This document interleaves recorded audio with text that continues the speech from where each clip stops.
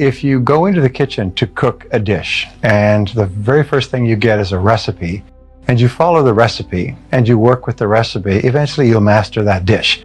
Once you've mastered it and made it a few times, you can make the dish over and over again and you'll remember the recipe. You don't have to keep going back to the recipe book.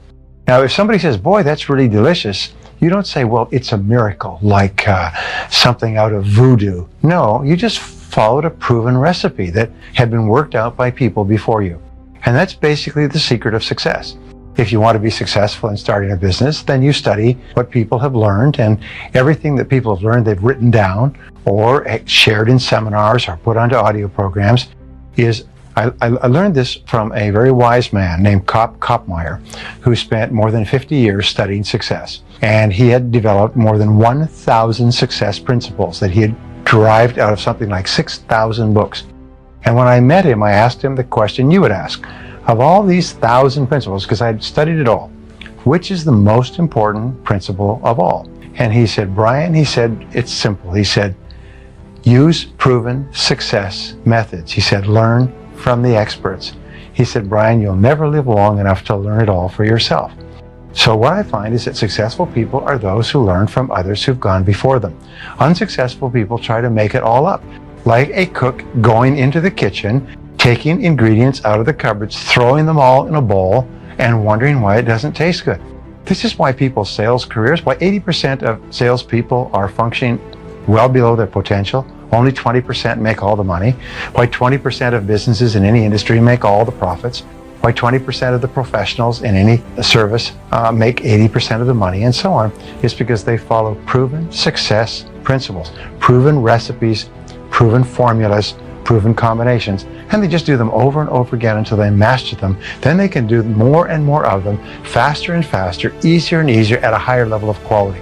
And all that translates into greater results. We are where we are and what we are because of the choices and decisions that we have made in the past. Choices and decisions with regard to the jobs we take, the people we work with, the people we marry, live with, socialize, the investments we've made, the uses of our time, and so on. We are where we are and what we are because of our choices and decisions. So the starting point of changing our life is to make new choices and decisions, which requires that we stop making old choices and decisions that are not helping us. In other words, to get into something new, you've got to get out of something old. To start associating with positive people, you've got to stop associating with people who are not helping you.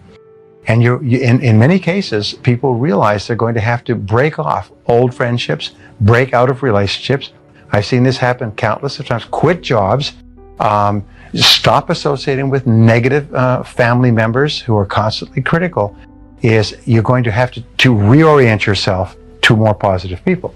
Now, the third principle that's so important is this, is that there's a law of attraction in the universe that says that you attract into your life people and circumstances in harmony with your own thinking.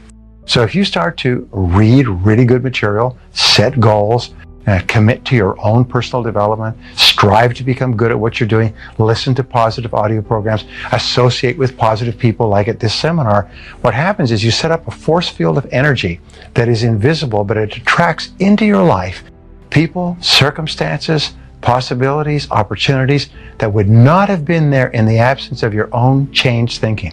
So all three conspire. Stop making bad decisions, start making good decisions, start associating with people who encourage you, are in harmony with what you think, and then trust to this law of attraction to bring the right people into your life. Dr. Shirley Blotnick's study of self-made millionaires. 83 out of 1,500 people became self-made millionaires over 20 years.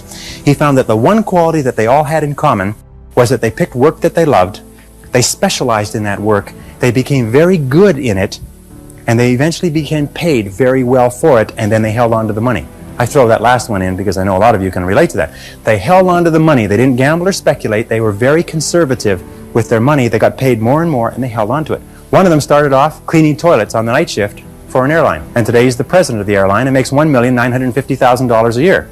He's been with the airline for 35 years, but it's not difficult to become a millionaire when you're making $1,950,000 a year. Even with taxes, you can still do pretty well. He found that the quality that separated these people from the ones who struggled for 20 years and weren't much further ahead than when they started was that they became totally absorbed in their work. totally committed to their work. They lost themselves in their work, and when they lifted up their head about the age of 43, 44, their accountant told them, by the way, you're worth over $1 million now. Did you know that? Most of them became wealthy without even knowing it. And so it's important that you find the work that you can commit yourself to. It's important that you find the relationship you can commit yourself to. And if you are an employer and you have people working for you who are not committed to their work, these people are like rotten apples in a barrel. I have found that people who are not committed to their jobs are people who will always cause trouble within an organization. And the people who are committed, you don't have to be the most talented, and you don't have to be the best looking, you don't have to be the best educated, but if you're committed to your work, you'll do more than all the people with all of those blessings. So commitment is important. Helen Keller said this beautifully. She said, life is either a daring adventure or nothing at all. That the tendency, she said in the earlier parts of this statement, she said the tendency to seek security is the low road to failure. That courage is absolutely essential. And one of the things that I used to think that if you were really courageous, eventually you got to the point where you weren't afraid. I'm going to tell you something, that if you're not a little bit afraid, at least 3 or 4 nights a week, you're not trying hard enough. If you're not falling on your face over and over again, if you're not trembling when you go to sleep with your heart pounding, then what is happening is you're not trying hard enough. You're living too far within your potential. That all really successful people live on the outside edge of what they're capable of.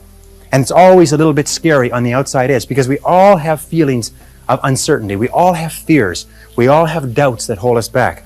But the brave person is simply the person who moves forward and keeps taking the chance. And you cannot imagine a successful person without courage. You cannot imagine a successful person without the courage to face and confront their fears and to move forward. I remember discovering something that was a star size once. And a year later, they found that list of goals, and they were astonished to find that 8 of the 10 goals had been achieved. I spoke to a gentleman recently, remarkable story. He said, after he had gone through my seminar, he heard me say, write down 101 goals that you want to accomplish in your lifetime. Well, he was about 24. He was struggling. He was poor. He had a used car, no money, unmarried, single, so on. So he went home that weekend. He got a spiral notebook. He wrote down 101 goals. Now, 12 years later, I'm coming back to the same city, Atlanta, Georgia. And so he came to my seminar, and he said, I have to talk to you. He said, because 2 weeks ago, I was going through my papers, and I found that notebook. And I said, there's that notebook I wrote so many years ago. And he took it out, and he said, I wonder how I did. And so he began looking, and he took out a pen, and he began ticking off the 101 goals. So, yes, I achieved that, and I achieved that, and I achieved that. He said, Brian, and he started to cry. He started to shake. He said, Brian, I had achieved all 101 goals in 12 years. One of my goals was to marry a beautiful woman, which I did. To have children, which I do. To start my own business, which I did. To become a millionaire, which I am today. To own a new Mercedes, which I have. To put my children in private schools, which I did. To travel around the world, to learn a language, to sing a song, to learn to speak. He said, it was unbelievable. He said, not 100. 101 goals had been achieved in 12 years. He said, and it was overwhelming to him. He could not believe it, because I had told him, if you write them down, it's like programming them into your subconscious mind, where they then begin to work.